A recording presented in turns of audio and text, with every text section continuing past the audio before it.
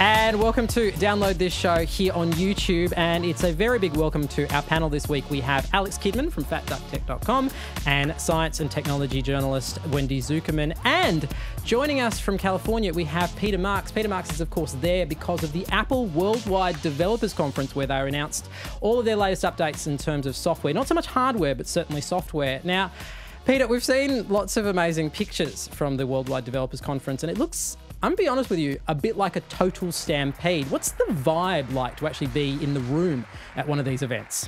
Well, they had a lottery this year. You had to apply, and I believe 1 out of 10 applicants were lucky enough to get the golden ticket, as we're all calling it.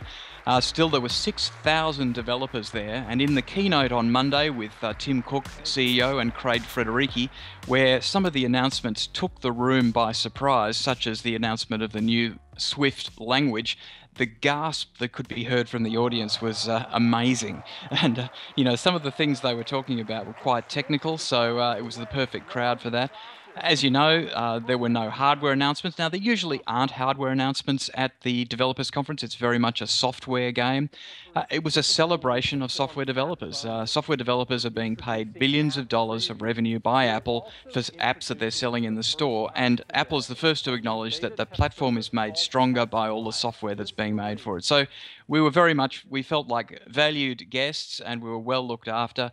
But yes, it's a nerdy crowd, but still an excitable crowd. The important thing is you're having fun. Now, Alex, I want to bring you in here. There was a couple of major themes that developed over the event, and one of them was continuity of service. They're introducing new updates that will mean you can have the same activity carry over from your phone to your tablet to your laptop. Walk me through exactly what it is they've announced. The fundamental concept is you're using an Apple existing app, so Mail, and you're constructing an email back to your boss as you get, as you reach the office, but you haven't quite finished. You immediately then flick it over to your desktop Mac and finish it there.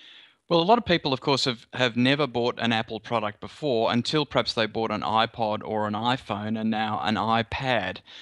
So Apple's really trying to bring iOS and macOS closer together. So we're going to see in iOS 8 and macOS 10.10 that the UI on macOS is starting to look more flat and more like iOS.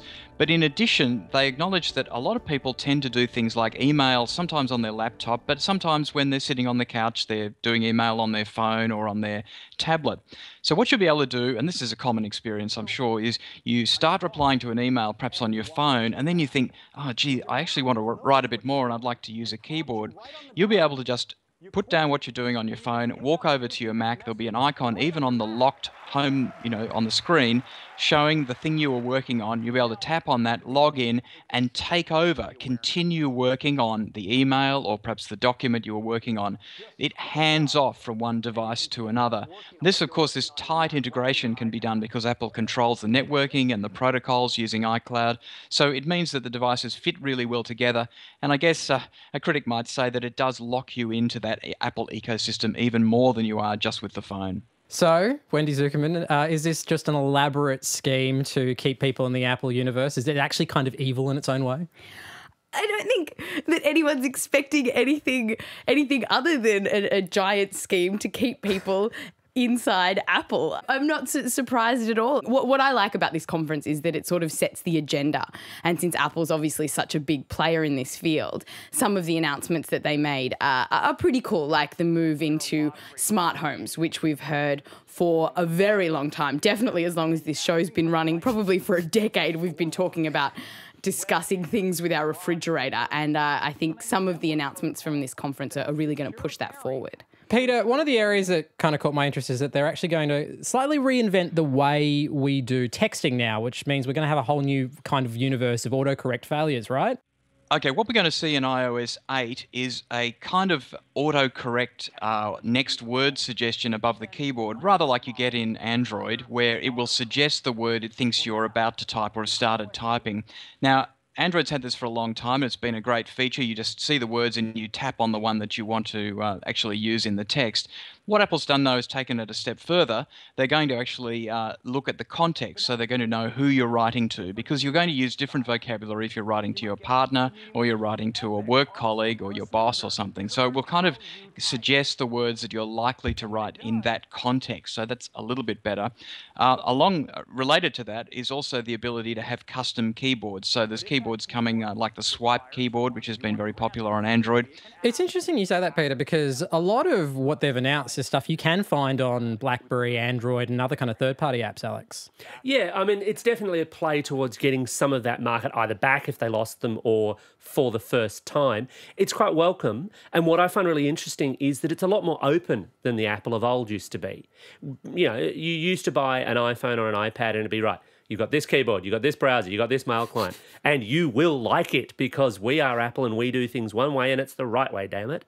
And they're kind of acknowledging, okay, you might want a bit of choice. You might want this keyboard or you might want that browser. And some of this stuff is not new for iOS 8, of course, but for the keyboards especially it is.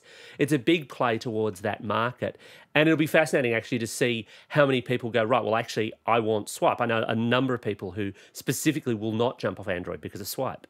Now, Peter, one of the other elements that was announced today was also they're opening up a health kit for developers to start making applications around people's health as well.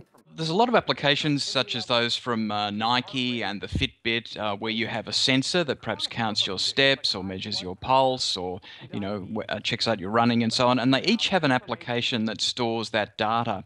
Now, Apple's opened this right up. They're going to have an application called Health that's like a huge database of all of your vital signs, including how much activity you've had, but also what medicines you're on, your blood pressure, the results of blood tests. Now, they're not so much trying to dominate the scene. You'll still have to install the Nike app or whatever. But each of these third-party health monitoring apps will be able to store their data in the centralized database. It's a bit like the contacts database, which is shared amongst all of the apps. So it's a way of storing everything in a fixed place. In the US, and I don't know if we're going to see this in other countries, they're also working with the Mayo Clinic, and the idea is that your doctor in time could then keep a record of your medication that you're on, and if there's even a suggestion that if, say, your blood pressure goes up, when you're measuring at home above some threshold, it would actually notify your healthcare professional and let them know that you've fallen out of range. It's a great idea. You've got a phone with you at all times. It's the perfect device for monitoring your whole lifestyle. What's curious, though, is I think this is going to be most useful to the elderly, and they're not the ones that are going to be adopting the technology. So perhaps whether it's our generation in 50 years is who they're marketing it towards. Otherwise, it's really just going to be another tool to monitor your heart rate. And ultimately, with all of these health apps, sure, they're great, but we all know what to do. Exercise, eat right, stand up. The useful thing here, and what I find interesting with it, is right now you can get any number of wearable bands that will tell you how many steps you're taking, and that is actually useful data because it can. We know what to behavior. Yeah, exactly. Yeah, we know what to do, but we don't do it. But as soon as you're presented with a number that says you only hit 70% of your target, you're encouraged to do a bit more. But there are all these standalone little silos of information. If you buy a Fitbit, you're in the Fitbit system. If you use Samsung's S Health, you're in their system. If you buy an app, you're in their system. And in bringing this all together, and again, it is an extend and embrace kind of strategy, it theoretically allows you to then have all these multiple sensors doing all these multiple things. And that's not necessarily just the elderly. There's obvious applications for athletes, but even in just kind of day-to-day health.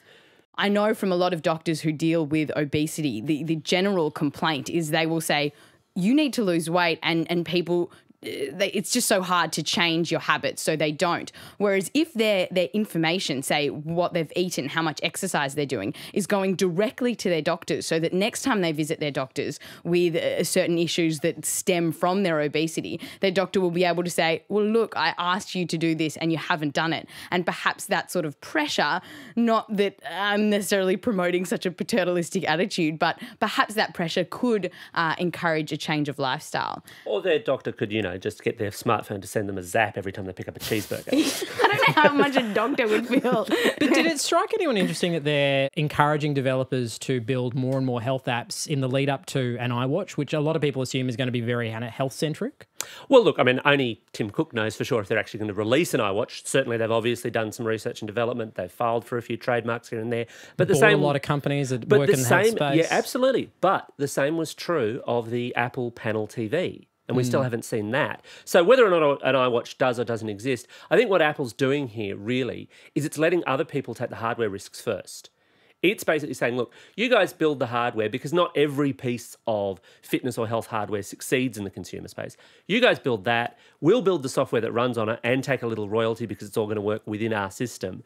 And then, later down the track, they can come out with a device which obviously superbly works with their system because it's well within that. But they then don't take a risk while still seeming to be, in command of that area. On top of that, they've obviously seen that when you look at the trends for the future, what's going to happen? We're all going to get a whole lot older and we're all going to get a whole lot fatter. So they've clearly spotted this market and they know that it's going to get bigger and bigger, quite literally. And I think they want to get their foot in the door. All right, you have been watching Download This Show. Are you happy with the developments that have come out of the Worldwide Developers Conference? Let us know down in the comments section below. Very big thank you to Peter Marks for talking to us from California. Thanks, Mark. Cheers from sunny California. Don't rub in how bad the weather is here. Very big thank you also to Alex Kidman from fatducktech.com and science, consumer and technology journalist Wendy Zukerman. Don't forget to leave a comment down below. And thank you for watching another chunk of Download This Show. Is there something about the hardware that Apple offer that you'd like to see implemented in Android phones? Sexy. Very scientific.